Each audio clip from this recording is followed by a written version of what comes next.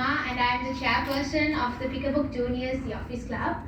And I am here today to speak about how reading can change your life.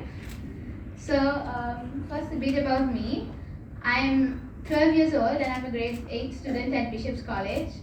My hobbies are reading, collecting stamps, playing board games, playing hockey, coding on Scratch, singing, playing the piano and guitar, and hosting the kids' general knowledge quiz, Kids Get Physical. My favorite books are the Harry Potter series, the Famous 5 series, the Secret 7 series, the Hardy Boys series, the Hardy Boys Case Files, I Am Malala and Sherlock Holmes. My favorite authors are J.K. Rowling, Franklin W. Dixon and Enid Blyton.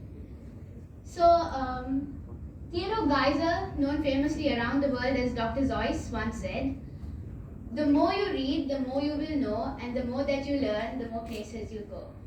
So, first of all, I just found out that it's actually pronounced Dr. Seuss, not Dr. Zeus, as we all pronounce it.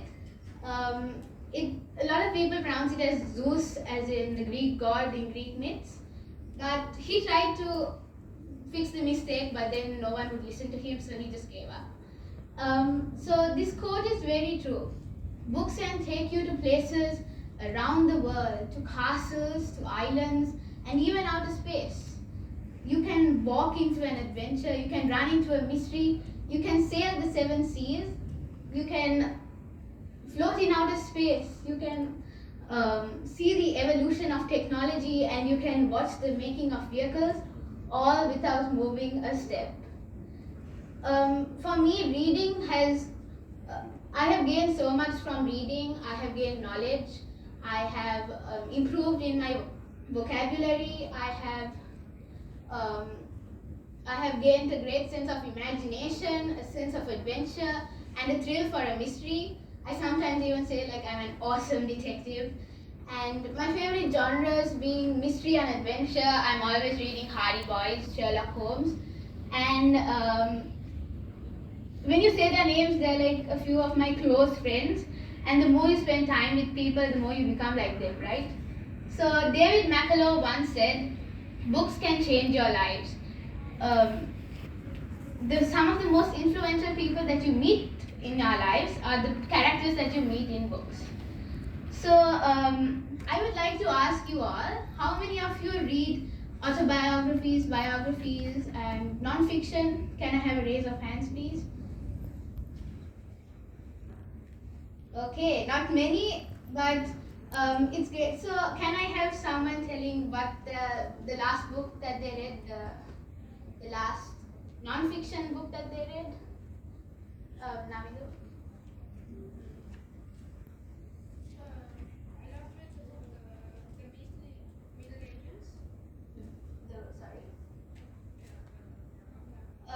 Okay, I didn't really hear that, but it's great that you all are reading non-fiction books. We think that non-fiction is boring, right? But I think it's a wonderful way to learn new things, to see life in someone else's perspective, and to learn from what they have gone through. So start reading autobiographies and non-fiction too. The last non-fiction book that I read was No Dream Is Too High by Buzz Aldrin, and I love that book. That is so far my most favorite non-fiction book. So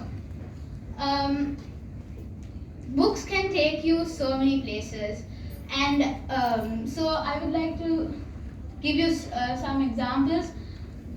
First, so out of all the gifts that you have got, maybe toys, maybe Legos, are they of any use after they break? No, right? But a book is a gift that you can open again and again. And never get enough of it. Most of the books I read now are the books my father read when he was a kid more than 30 years ago. All right. So I would like to encourage you all to read. One of the main reasons that the most successful people on earth are where they are today is because of reading. Let's take Elon Musk for an example. He is the founder of SpaceX and he was one of the early investors in Tesla. And he learned how to build rockets by reading. If anyone asks him, where did you learn to make rockets? He would say, I always read. So Tony Robbins is yet another example. He is an American motivational speaker and life coach, and he attributes books to saving his life and shaping him to the leader he is today. He was driven by a specific goal to acquire a specific knowledge, and he wouldn't stop until he learned what he wanted to learn. And where did he learn from? He learned all of that stuff that he wanted to learn by reading. Anna Kessenhofer is a 30-year-old Austrian cyclist, mathematician and Olympian, and she is currently a postdoctoral fellow in mathematics. And if anyone has told you that books and smarts and sports don't go together, that is a lie. Because if you look at the life of Anna Kessenhofer, she is one of the many out there that has embarked on the adventure of books and sports. So, do you know, can I have people answering also, please? So, what do you think will be the next planet that astronauts will land on? Okay, you can answer. Mars? Yeah, it will most probably be Mars. So, yeah, it will most probably be that guy. And so, do you know who Donna Shirley is? Anyone? No? Okay, it's okay. Donna Shirley, as a girl, read sci-fi books and was fascinated with going to Mars. She got a pilot's license at the age of 16, and she went on to study engineering. And do you know what her advisor told her? He said, girls can't be engineers. She ignored that advice and went on to become the Mars exploration manager at NASA, that's where I want to go, and led the teams for the Mars rover project. And later on, she returned to her childhood inspiration as the director of the Science Fiction Museum and Hall of Fame. I can give you so many more examples, and I'm sure you know many more too. These people have succeeded because reading was a large part in their lives, and it was never a nerdy thing to do. Nowadays, we think modern tech and phones are everything, but if you have a book with you, you don't need a phone, because a book can give you all the entertainment and knowledge that you will ever need, and even more. I'm not saying technology is bad, I'm saying books are better. So, do you know who is the first person to walk on the moon? Okay, so many hands. The one wearing white in the Hello Kitty, yeah. Yes, that is right. It was Neil Armstrong. And do you know who else went on the Apollo 11 mission with him? Okay, you can answer. Buzz Aldrin and Michael Collins. That is right. It was Buzz Aldrin and Michael Collins.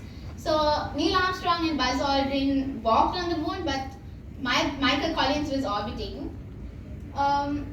So what did Neil Armstrong say when he set foot on the moon? He said, "This is one small step for me, but a giant leap for mankind." I would like to encourage you all here today through this quote. Take that one small step of picking that book up and reading, or taking that notepad and writing, and someday you can make a giant difference in your life or possibly all of mankind. Isn't it amazing that we have authors here among us as friends too? It's mind-blowing, right? So, read and you will succeed, just never give up. J.K. Rowling was rejected so many times when she came up with her book, Harry Potter, to be published. But did she give up? No. Because of her determination, she was successful, and now her Harry Potter book series is the best-selling book series in history. And she is also the richest author in the world. How cool is that? So I would like to end my speech with yet another quote, but don't worry, it's the last one, I promise. It was said by Lloyd Alexander. And he said, books can truly change our lives. The lives of those who read them and the lives of those who write them. Readers and writers alike discover things they never knew about the world and about themselves. So the 9 years that I have been reading has changed my life so much.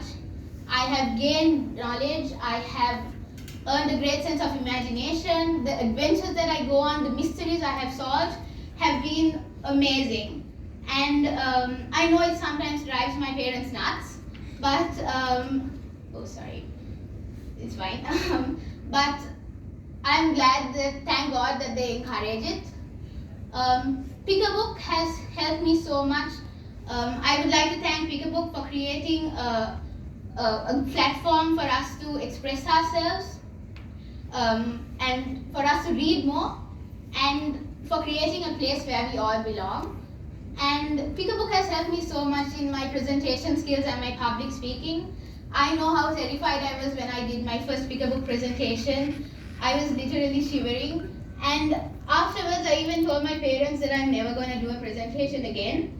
But I have done 20 presentations, nearly 20 Pick a Book presentations, and here I am standing in front of you today making this speech.